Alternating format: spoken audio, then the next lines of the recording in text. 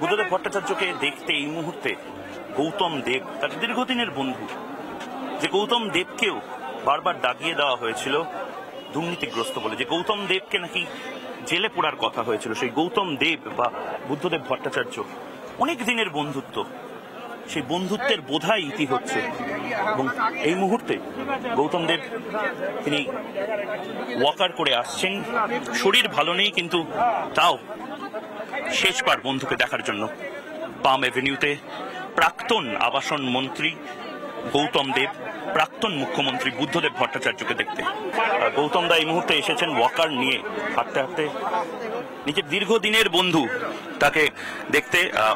সপ্তর্ষি দেব এবং গৌতম দা আমি কোনো কথা বলাতে বলবো না, আপনি আস্তে আস্তে যান, সুস্থ থাকুন।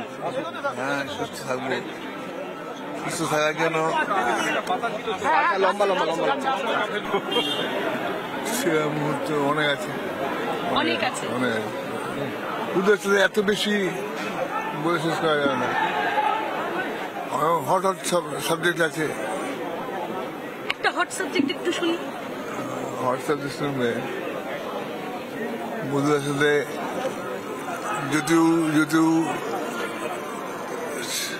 মুখ্যমন্ত্রীর ব্যাপারে বুদ্ধের সাথে যে দীর্ঘ এনকাউন্টার হয়েছে তা বললে অনেক জিনিস, অজ্ঞাত জিনিস, মানুষের চরিত্র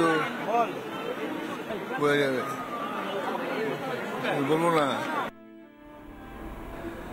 কিছু বলার নেই, কি বলবো বলো। আমার মানে এটা তো অনেকদিন ধরেই অসুস্থ ছিলেন, সবাই জানেন, খুব ক্রিটিক্যাল জায়গা থেকে কয়েকবার ফিরে এসছেন, কিন্তু এবারটার শেষ রক্ষা হলো না। আমার বিশ্বাস খালি আমাদের পার্টির কর্মী সমর্থক যারা, তারা খালি নয়, বহু মানুষ যারা আমাদেরকে হয়তো সমর্থন করেন না, তারাও আজকে একই রকমভাবে ব্যথিত।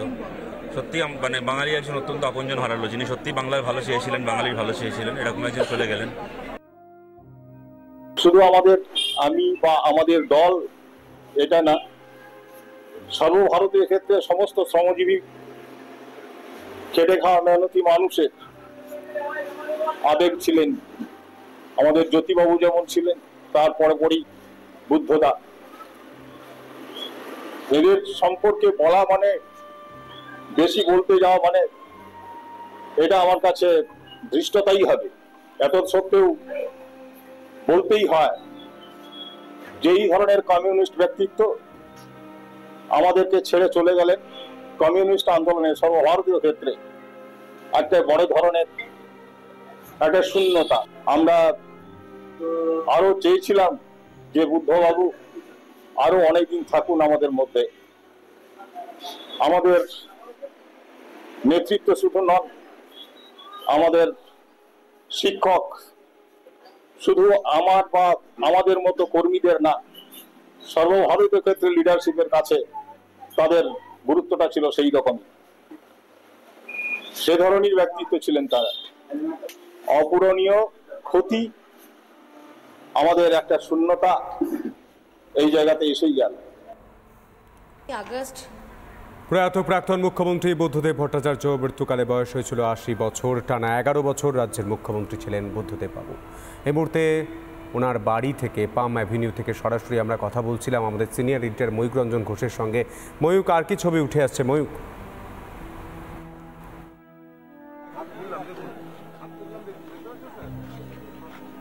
দেখো, এই মুহূর্তে রাজ্যপাল এবং তার পাশাপাশি গৌতম দেব, পার্টির যারা নেতৃবৃন্দ আছেন তারা এসেছেন, এবং তার পাশে আমি কিছুক্ষণ আগেই দেখছিলাম পরিচালক অনিক দত্ত, তিনি এসেছেন। এই জায়গাগুলোতে প্রচুর সাধারণ মানুষ তারা রয়েছেন, সাধারণ মানুষদের এদের মধ্যে, এবং এবং এবং তার পাশাপাশি রাজ্যপালও বেরোচ্ছেন। আপনি আপনি এখানে কোথা থেকে এসেছেন?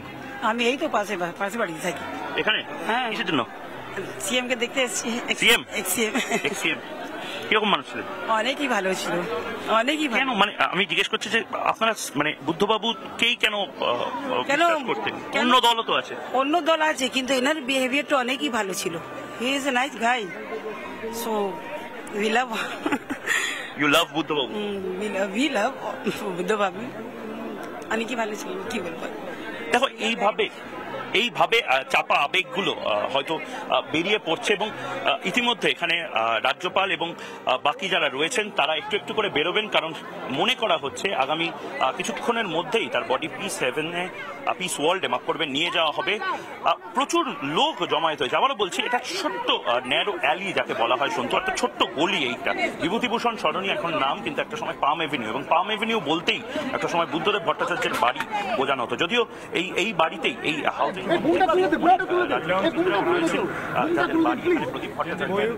বাড়ি এইখানেই রাখছেন রাজ্যপাল সিভি আনন্দ বোস। বলছেন শুনবো। Of him, it can rightly be said, he had charity towards all and malice towards none. Known as a connoisseur of art and literature, and known for his simple living and high thinking, he has been a model for other political leaders also to emulate. This loss is a great loss to humanity, to Bengal, to India. Thank you. Thank you, sir.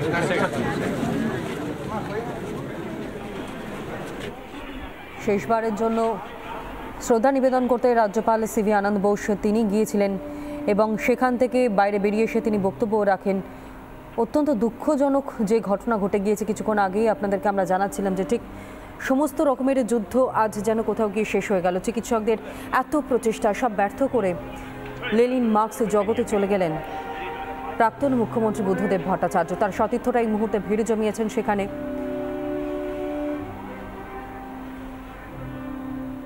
এবং এত স্বচ্ছ ভাবমূর্তি যেই বুদ্ধদেব ভট্টাচার্যের শেষবার আমরা দেখেছিলাম ব্রিগেডে 2019-এর ফেব্রুয়ারি মাসে, একেবারে ভগ্ন শরীর নিয়েই তিনি পৌঁছে গিয়েছিলেন ব্রিগেডের ময়দানে বার্তা দিতে যুব প্রজন্মকে এবং ভবিষ্যতের দিশা কী হবে তা হয়তো তিনি সেই দিনের ওই মঞ্চ থেকেই দিশা দেখানোর চেষ্টা করেছিলেন। অনুপম আমাদের প্রতিনিধি একটি বিশেষ প্রতিবেদন তুলে ধরেছেন, একবার আপনাদের সামনে রাখি, দেখুন। ভট্টাচার্য ছাত্র রাজনীতি থেকে হাতেখড়ি, তারপর পশ্চিমবঙ্গে খাদ্য আন্দোলনে অন্যতম মুখ।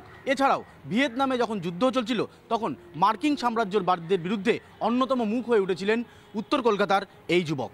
বুদ্ধদেব ভট্টাচার্যের রাজনৈতিক জীবন ছিল অত্যন্ত ইন্টারেস্টিং। 1977 সালে তিনি প্রথমবার উত্তর কলকাতা বিধানসভা যে কেন্দ্র কাশীপুর সেখান থেকে প্রতিদ্বন্দ্বিতা করেন এবং জয়লাভ করেন। 1977 সালে এই জয় আসলেও 1982 সালে সেই জয়ের তাল কেটে যায়। তিনি প্রফুল্লকান্তি ঘোষের কাছে মাত্র 782 ভোটে হেরে যান। এরপর আবার 1987 সালে তিনি বিধায়ক হিসাবে লড়াই শুরু করেন। তবে এবার তিনি বদলে ফেলেছিলেন তার নির্বাচনী কেন্দ্র। তিনি যাদবপুর থেকে দাঁড়াতে শুরু করেছিলেন এবং সেখানেই গত 5 বার তিনি এখান থেকেই জয়লাভ করেন।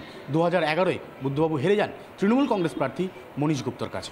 1977 সাল থেকে 1982 সাল পর্যন্ত রাজ্য মন্ত্রিসভায় নিজের চেয়ারটা কার্যত পাকা করে ফেলেছিলেন বুদ্ধদেব ভট্টাচার্য। এরপর 1987 ফের আরও একটি গুরুত্বপূর্ণ দায়িত্ব দেওয়া হলো দলের তরফে। সেই দায়িত্ব কার্যত অক্ষরে অক্ষরে পালন করলেন বুদ্ধদেব ভট্টাচার্য। 1999 সালে তিনি উপমুখ্যমন্ত্রী, 2000 সালে মুখ্যমন্ত্রী এবং 2001-এ সপ্তমবারের জন্য মুখ্যমন্ত্রী হিসাবে শপথ নিলেন বুদ্ধদেব ভট্টাচার্য।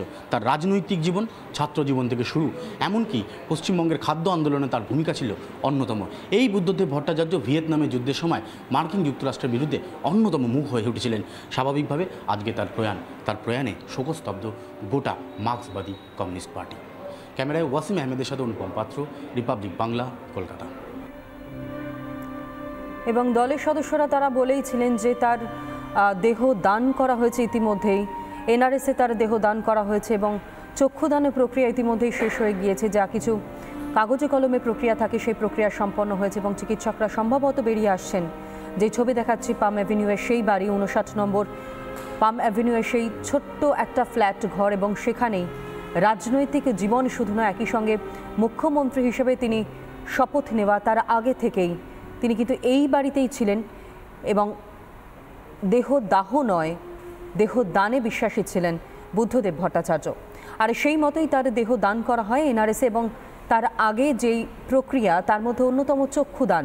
হয়তো তার দৃষ্টি ক্ষীণ হয়ে এসেছিল, কিন্তু তারপরেও গিয়ে কোথাও যে অনুভূতি, যে তার ভাবনা, সেই ভাবনার উপরে ভর করে চক্ষুদান এবং সমস্ত রকমের প্রক্রিয়া ইতিমধ্যে শেষ হয়েছে। যেমনটা আপনাদের সামনে আমরা তথ্য তুলে ধরছি এবং একই সঙ্গে যে ছবিগুলো আপনাদের সামনে আমরা পরপর তুলে ধরছি, সত্যি বেদনাদায়ক আজকের এই দিনে দাঁড়িয়ে। দুঃখজনক এক ঘটনা। যে সকাল সকাল যারা সেখানে গিয়ে পৌঁছেছেন বৃহস্পতিবার অর্থাৎ আজ 8:20 নাগাদ সকালে তার শেষ নিঃশ্বাসে তিনি ত্যাগ করেন তার বাসভবনেই। সকাল 8:20 জীবনাবসান। রাতে পিস ওয়ার্ল্ডে শায়িত থাকবে বুদ্ধদেব ভট্টাচার্য প্রাক্তন মুখ্যমন্ত্রীর দেহ। সকাল 10:30 আগামীকাল আলিমুদ্দিন স্ট্রিটে শায়িত থাকবে বুদ্ধদেব ভট্টাচার্যের নিথর দেহ। মরদেহ নিয়ে শোক মিছিল করা হবে।